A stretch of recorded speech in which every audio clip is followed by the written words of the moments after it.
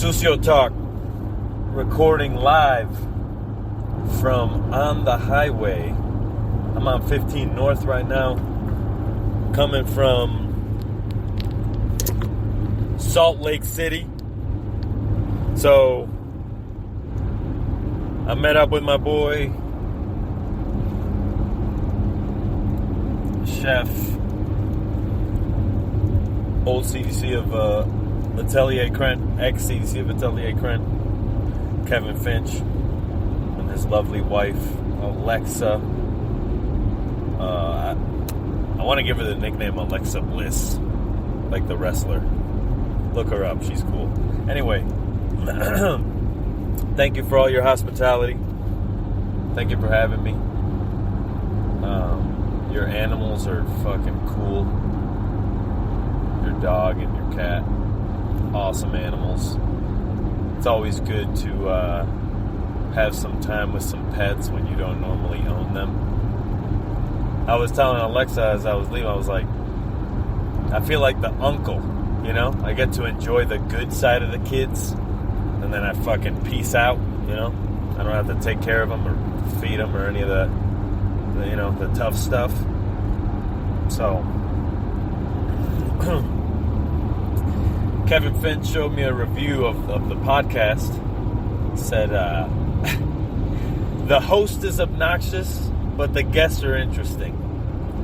I think I'm getting somewhere. I think that finally, getting a couple haters. There's been a couple, but now there's another one. And, get a little hate, but also a little love. He said the guests are great, which I'd rather they hate me than hate the guest.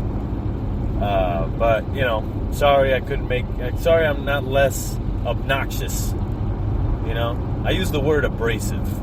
I'm an abrasive person, right? I'm just fucking loud. I react sometimes. Even surprise myself. I'm like, what? Why did I just yell like that?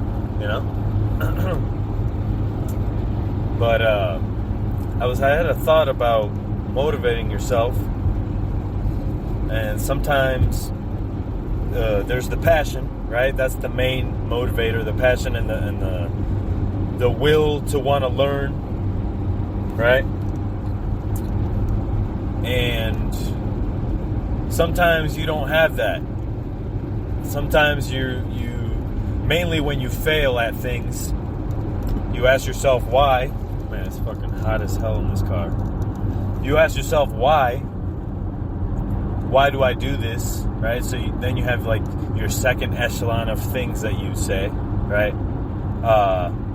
My mom, right? My dad. That's like your second echelon of motivation.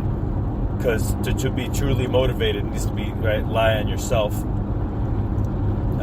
But when you have other people that help, give you that thing, you can rely on that when you don't have yourself, right? And then when you don't even have those things, when your when your body and your soul quit on you, the one thing that you can kind of count on is your mind. Your mindset, strong mindset,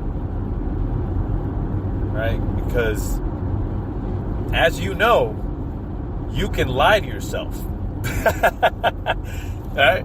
It's negative most times, but why not turn a negative into a positive, right? Because sometimes I need more motivation than all of those things put together, right? When you're doing it day in and day out in the kitchen and you're exhausted and you're beat up, look in that mirror and you say, why am I doing this today? And the answer is quite simple. Because I'm a bad motherfucker. Put yourself in that mindset. Today, you may not feel like doing it, but you're a bad motherfucker. You don't care that you don't feel like doing it. You're going to do it anyway. And sometimes I use that as motivation, just sort of when I have nothing left in the tank and I question what my best self would say or do. And I'm really hard on myself. Right? So that person, right, my best self, is always calling my weak self a bitch ass. Right? You could work harder. You know you're better than this. That works for me. Right? It's all about how you talk to yourself. You can't be too harsh. You can't put yourself down. I'm a piece of shit. I can't do that. I can't do this. There's also the other side of the coin where you sort of become whiny about yourself. You program yourself. Obviously there's your upbringing, your environment, people your family. This all affects you, obviously, right? But when you go on your own and you can make your own decisions, then you start molding who you are.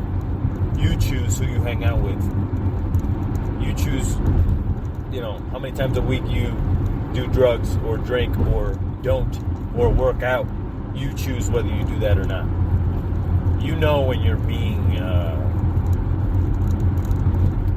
not your best self. You can feel it inside. It's that little gnawing thing, and you lie to yourself and you say, that doesn't matter today. Well, it matters every day. So it's kind of a balance of being hard on yourself, but at the same time, uplifting yourself and knowing that you shouldn't beat yourself to the death. Put yourself into submission a little bit, tap, get out, retrain, come back, fight. Never exhaust yourself all the way down. You need your rest, because then you'll never be able to recharge and truly be, the leader or chef or badass entrepreneur that you're trying to be. So that's my inspirational shit for today. Again, I'm on the road. I left Palm Springs on Friday. I've been driving ever since. 18 hours I drove on Friday. From 6 in the morning, I went to go see the Grand Canyon, because I was like, I ain't never seen the Grand Canyon before. So I go to see the Grand Canyon, and I ate a cheeseburger on top of the Grand Canyon, because I thought to myself that that's probably the most American thing you could do. And people say, well, you're Puerto Rican, Dave. Those uneducated people. We're a territory. We're Americans. When it comes down to it.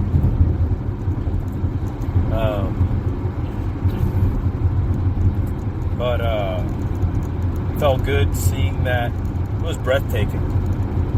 You go to the edge of that thing, and I love when those things on earth humble you. Every day the sky is humbling. I mean, you look up and you're like, you can't make that, Anything I can't make, I respect. Cars, fucking wooden chairs, microphones. Like, can you make a microphone? I think sometimes things don't work out. Like, maybe, you have malfunctioning software. You're like, this sucks. Your phone's a little slower. This sucks. It's like, you have a TV, like a miniature computer TV. Relax. Be patient. It'll work out. Because at the end of the day, it's not a stupid thing. Right? You don't know how to make one. Joe Rogan has a skit about this.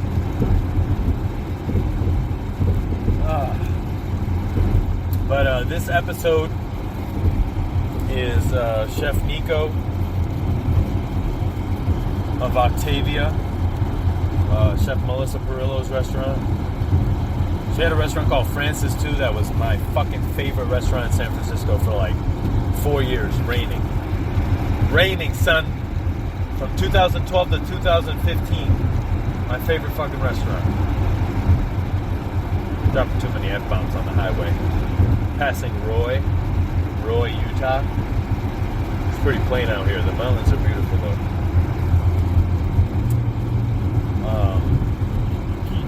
So Chef Nico messaged me on Instagram,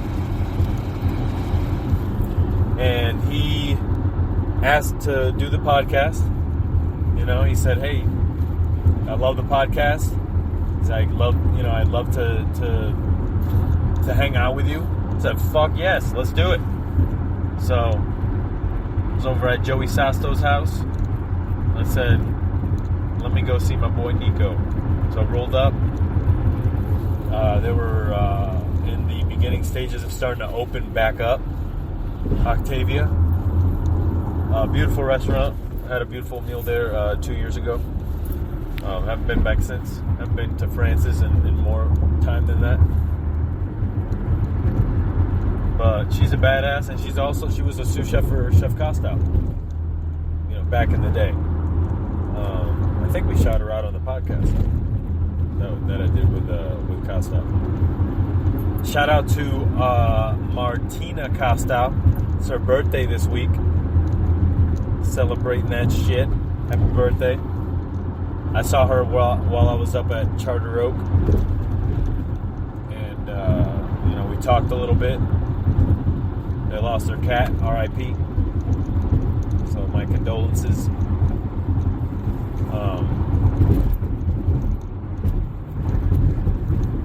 Celebrating the birthday. Saw Chef Costa, so what's up to him? Before I made this trek up to Wyoming, where I'll be at an undisclosed location till October. So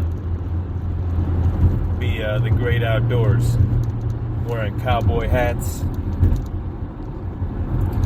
and going hunting. Dude, I keep seeing these Chick-fil-A commercials, and I gotta say, I'm hungry. So I think I'm gonna go to Chick-fil-A. I haven't had Chick-fil-A in such a long time, and I'm not gonna lie. When I went to McDonald's, I had the crispy chicken sandwich. It was delicious. So I'm gonna go get a Chick-fil-A, because when I drive, I'm not a good person.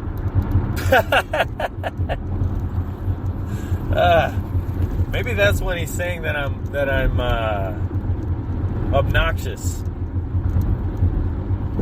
Whatever, man. I can only be myself. You know what I mean? Take it or leave it, brother. Damn. So Chef Nico details his time as a San Francisco chef, going through learning from Michael Tusk. Pretty much just being a badass that I had no idea about.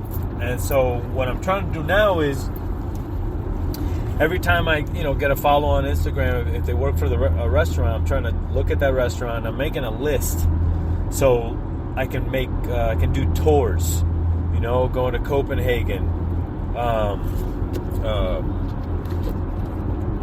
all that shit.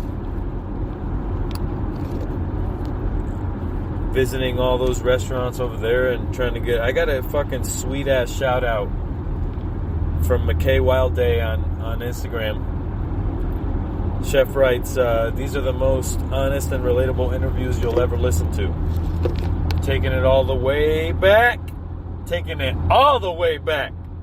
And hearing how other chefs got into cooking, their experiences, mental health, who we take inspiration from, childhood memories of food, cooking and eating with family, waking up with that sick feeling in your stomach, the ups and downs of kitchens, how we live and breathe for service, and most importantly, stories of being balls deep in the shit and how much we love to cook.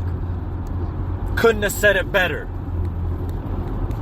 In the process of building my website right now. That's going on there, Chef. So I'm coming to see you in Geranium, your restaurant Geranium.